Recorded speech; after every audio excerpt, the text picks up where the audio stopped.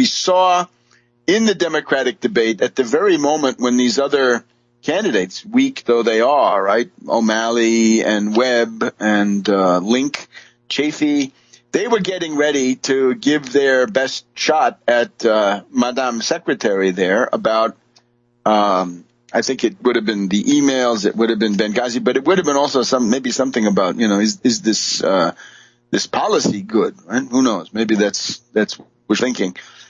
But Bernie stepped in, and Bernie said, I don't think your emails are a political issue. I don't care about them. I'm sick and tired of hearing about your damn emails. And she was delighted. She shook hands. She fairly gurgled with pleasure. So now I think it's clear that Bernie is a sheepdog, if you will. We have all kinds of authoritative, right, highly respected websites that talk about Bernie in these, I think, realistic terms, very unflattering, very, blunt, that Bernie has been acting as a sheepdog for Hillary Clinton. You know what the sheepdog does, right? If the sheep begin to stray off the ranch, off the reservation, then the sheepdog goes to work and brings them back in. And one of the points, I think one of the more interesting articles is the one by Bruce Dixon in the Black Agenda report, right? I think this is one of the most important, most authentic voices of the black community. So Bruce Dixon and Glenn Ford over there, right, and their fine team have put together this analysis, which they've had for a while.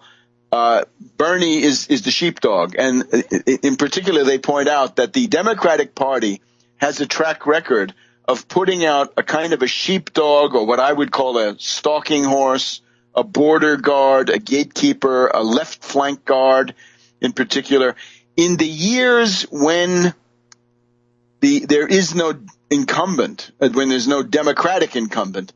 If you have a Democratic incumbent like Obama 2012, right, it's very difficult to get anything going in the Democratic Party against an incumbent Democratic president. But in various years, they have put this out, right? Bruce Dixon actually considers Jesse Jackson 1988 as such a kind of flank guard, or as he puts it, sheepdog.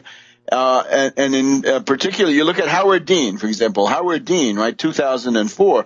Howard Dean in Vermont was considered a real right-wing Democrat, right, a conservative Democrat, as well he might be, right? It's Howard Dean of Dean Witter. Dean Witter, a large Wall Street brokerage, and so a rich guy with a big Wall Street connection. But then somehow he gets profiled as the most radical anti-war candidate. Remember his mantra: he represented the Democratic wing of the Democratic Party rather than the part that wanted to make compromises. I would also point out Kucinich, right, in 2004. He was there, and especially in 2008. So Kucinich would essentially occupy that space. He'd suck people in with the help of his economics advisors like Michael Hudson, who was part of this.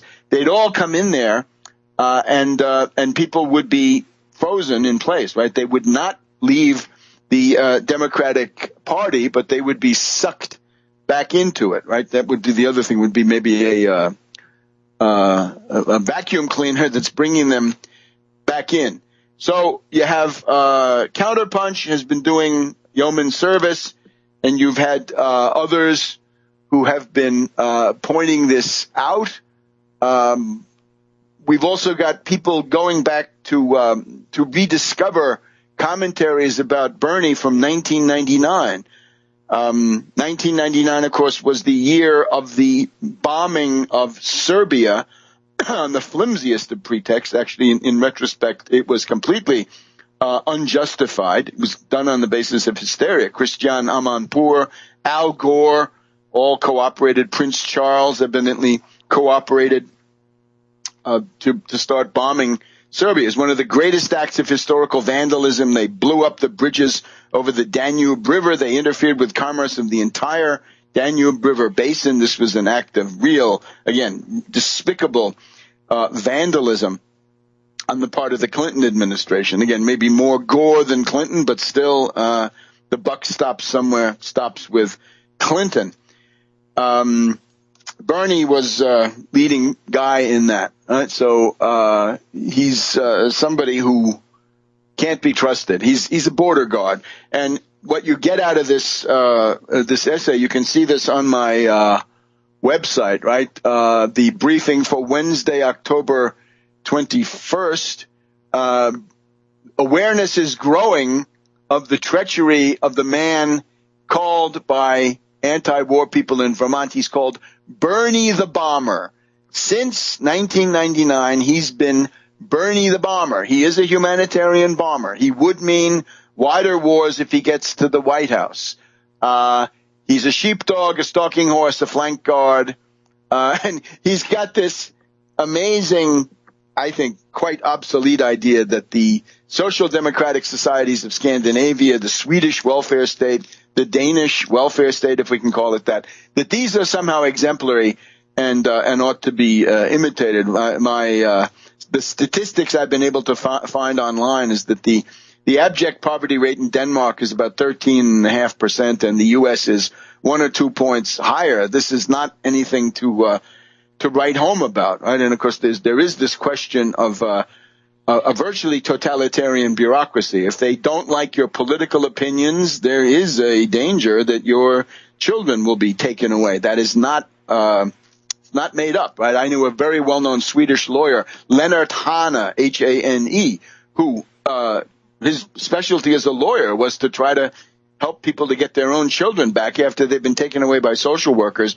because of the political opinions of the parents. That is heavy, heavy stuff.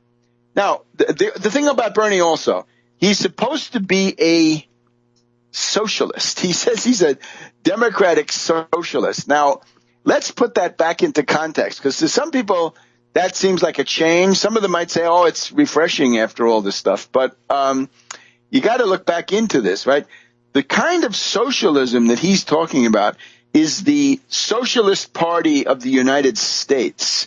And that is the old Norman Thomas, Princeton socialists. The Socialist Party of the United States was long known as the State Department Socialists. These were operatives, right? And they share a kind of a common matrix with the neocons. In other words, if you're looking at socialists and social democrats, right-wing socialists and social democrats in the 20s, then into the 30s, into the 40s and 50s, you're going to see that the sources of the neocons are not so different, really, from the sources of of somebody like Bernie, who calls himself a democratic socialist, right? And in particular, we're talking about something called YPSL, Young People's Socialist League, a really smelly organization, which we'll discuss in the next segment. Back in a minute. Welcome to the final segment of this week's edition of World Crisis Radio. Webster Tarp here in Washington, D.C. One last reminder, and that is if you're in Rome, if you're in central Italy or anywhere on that epic peninsula, stop by Rome on Monday, the 26th of October. The conference is No to War and No to NATO. And that's going to be at the Cavour Conference Center, Centro Convegni Cavour, Via Cavour, 50A, 10 a.m. to 6 p.m. on October 26th. And then on October 31st to November 1st, the Querdenken Conference at Friedberg, Germany, near Frankfurt. Look that up under Querdenken Kongress, Denken-Kongress.de. So I look forward to seeing friends. We will organize some kind of a gathering, some kind of a reception or something for the various people from the Tax Wall Street Party. Now let's just look at when Bernie says democratic socialist. How do you get to be a democratic socialist? Well, The Socialist Party of Norman Thomas shrank very fast after the 1920s. And of course, it was always run by this rich guy from Princeton. So this is always quite problematic. But it had certain radical elements in the 1920s. But those were then thrown overboard. And in particular, the youth branch of this. Now, this went through various evolutions, but it's called YPSL, Y-P-S-L,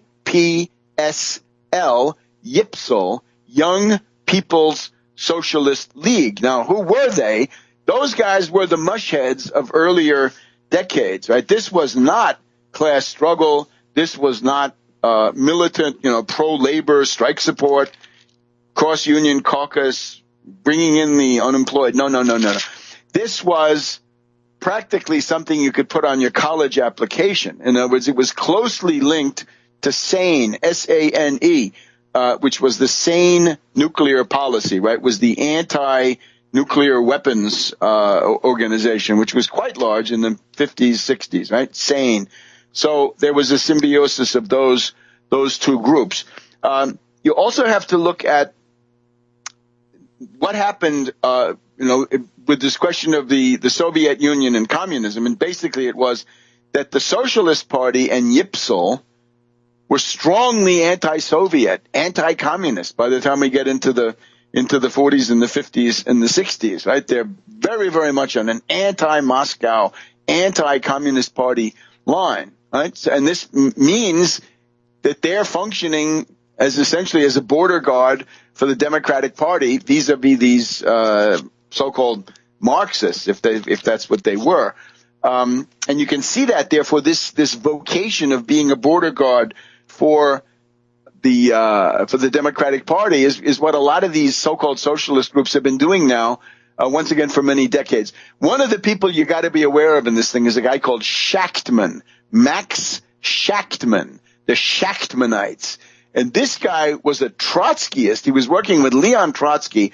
And then along comes the Hitler-Stalin Pact, right? The Ribbentrop-Molotov Pact, when a lot of people said, oh, I can't be a part of this anymore, right? Look, Stalin is making a deal with Hitler. And, of course, this was very disturbing for many reasons.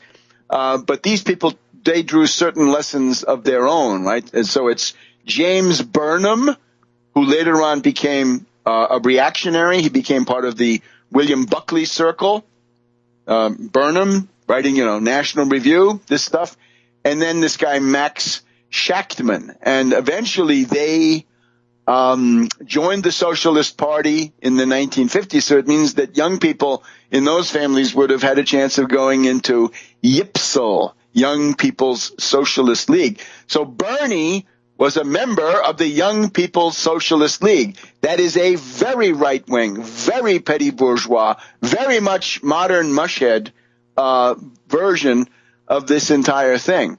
So you're looking at, again, the matrix for the neocons is not so different. In other words, you could have had somebody among the Shachtmanites. One of them would stay nominally a socialist, and the others, the Crystals and the Podhoritzes and so forth, they would, or they're that ilk, they would fly off and become, more and more reactionary as time went by.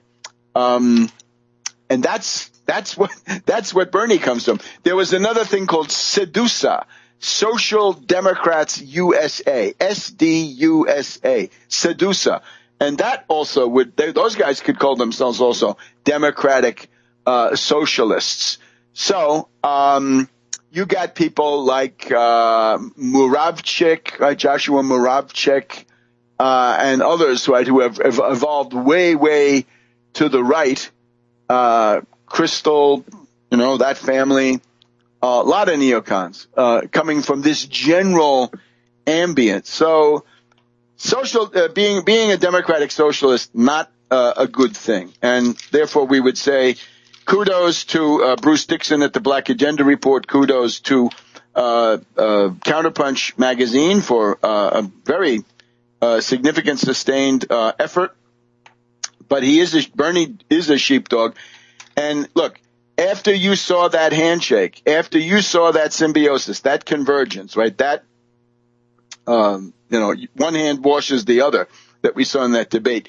Don't say that you weren't warned. Don't say that you were fooled, and it's not your own fault, right? People who are duped by Bernie at this point are duped because they want to be. And the stuff that we're getting from Bernie, right, that we have to have a popular revolution with millions of people in the streets. For what? We're going to have a popular revolution for campaign finance reform? This is crazy.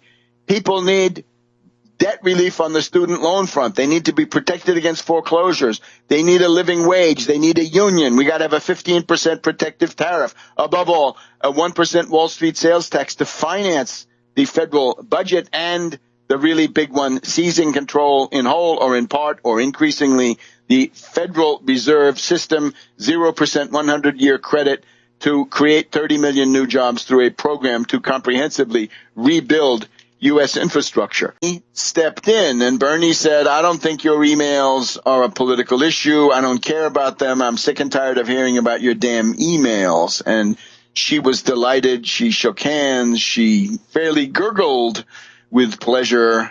So now I think it's clear that Bernie is a sheepdog, if you will. We have all kinds of authoritative, right, highly respected. One of the points, I think one of the more interesting articles is the one by Bruce Dixon in the Black Agenda report, right? I think this is one of the most important, most authentic voices of the black community. So Bruce Dixon and Glenn Ford over there, right, and their fine team have put together this analysis, which they've had for a while. Bernie is the sheepdog, and in particular, they point out that the Democratic Party has a track record of putting out a kind of a sheepdog, or what I would call a stalking horse, a border guard, a gatekeeper, a left flank guard, in particular, in the years when there is no incumbent, when there's no Democratic incumbent. If you have a Democratic incumbent like Obama 2012, right, it's very difficult to get anything going in the Democratic Party against an incumbent Democratic president. But in various years, they have put this out, right? Bruce Dixon actually considers, we saw in the Democratic debate at the very moment when these other candidates, weak though they are, right, O'Malley and Webb and Link, Chafee, they were getting ready to give their best shot at Madame Secretary there about, I think it would have been the emails, it would have been Benghazi, but it would have been also maybe something about, is this this policy good, right? Who knows? Maybe that's what we're thinking. But Bernie websites that talk about Bernie in these, I think, realistic terms, very unflattering, very, blunt,